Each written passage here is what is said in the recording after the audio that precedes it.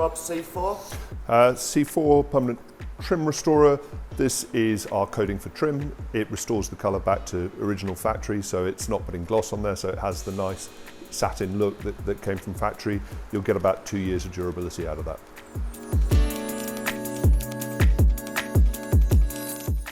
So here we've masked off this bit of unpainted plastic here. Doing a little 50-50. Yeah, so preparation side for this? Preparation is critical. Again, same thing. This is a chemically bonding product, so critical that you get the substrate completely clean, free of anything. So you've done an APC clean on this. Don't use panel wipe on this. APC will be all right. Just make sure you get the residue off it.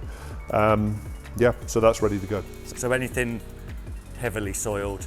Detailing brush? Detailing brush, yeah, medium detailing brush. You know, if it's a car that's just been sitting under a tree for 2 years, it's going to need a bit of a scrub to get the dirt out. Okay, so it's 2 different sizes in this. Yep. We've got the 15mm here. Yeah, so 15 is going to be good for. I mean, this Fiesta, absolutely no problem at all.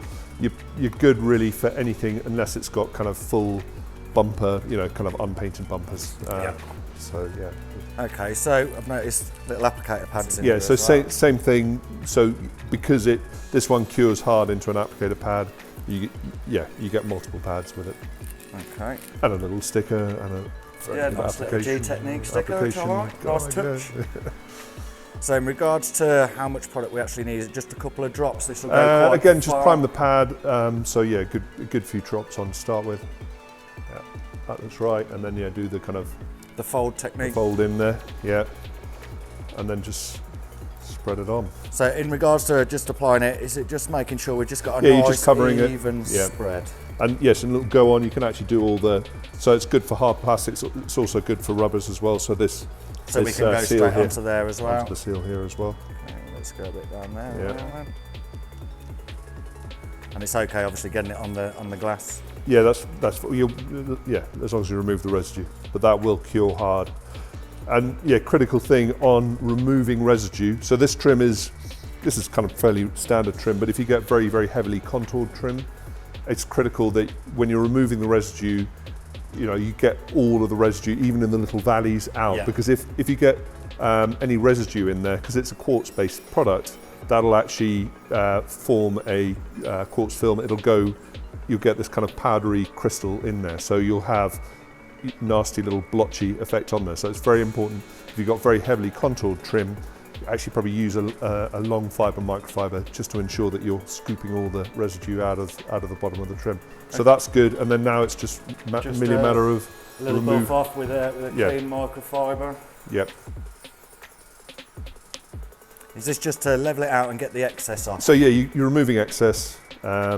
And again, not leaving any residue on there, because any excess product, too much excess product, again, it will cure into a solid lump of quartz. So it's going to be quite unsightly, I suppose. Yeah, so that's where you get the kind of, if you do it. It's quite a nice, natural, fresh look, isn't it? Should we take that off? Yeah, let's have the money shot. So yeah. Perfect. Pull that. Yeah, just remove that bit of residue on there as well.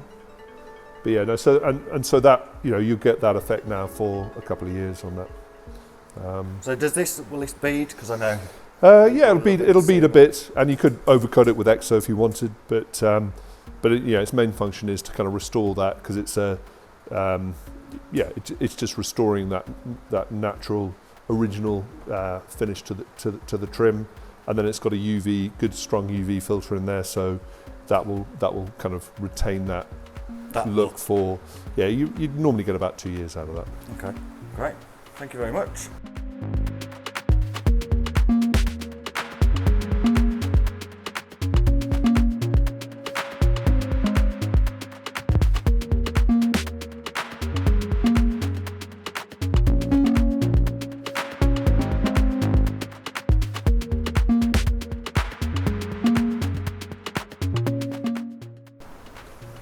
Rob, C6 matte dash.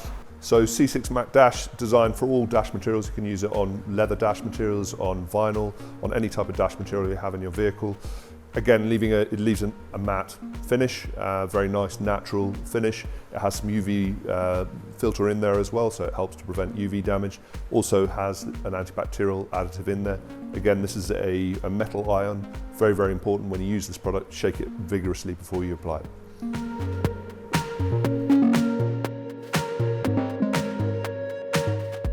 Okay, Rob, so C6 matte dash, Yep. antibacterial. Yep.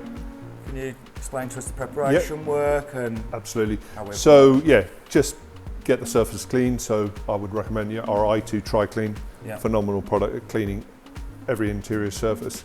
So once you have it clean, it's a simple, we would spray onto an applicator pad, spread it and buff it off. But one thing critical, again, this one has Biocoat, so this is like, as I said, like the Intel inside of antibacterial coating. So this is a silver ion. It separates very quickly. So when you prepare it, shake it so that silver ion is throughout the coating, and so the coating will adhere that to the surface, and that's what kills. It actually suffocates the bacteria, and you get 99% antibacterial surface. And so yeah, it works on all dash materials. It'll work on leather dash. It'll work on vinyl, on plastic. So just spread it. And then wipe the residue away. Don't leave it for more than about 30 seconds, that kind of thing. And then you get a nice matte finish. And so what it'll do is it'll give, so there's a UV blocker in there. It also has quite a strong anti-static effect, so your surfaces will be less dusty. Okay. So yeah, it's a pretty straightforward application of it. Okay, thank you.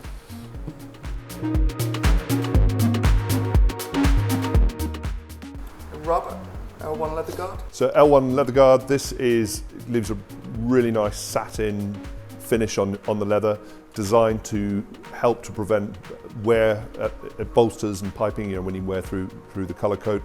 It also has with this one, it has antibacterial.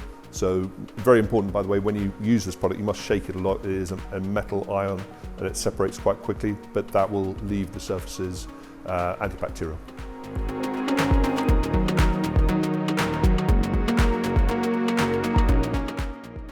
Okay, Rob, so we've got L1 leather guard here, the antibacterial version. Yep. Okay.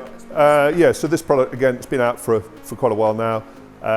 Critical things on your leather, what you want to, a couple of things you want to have is to have something that is going to prevent abrasion damage to things like bolsters, to things like the piping. This product will do that.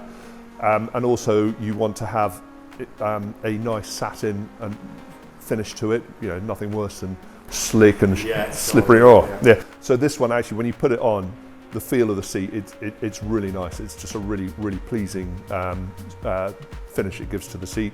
And this one, again, the antibacterial piece, this is actually, it's a silver ion that's in there. We work with a company called Biocoat. They are kind of global leaders. They're like the Intel inside of antibacterial, antimicrobial technology.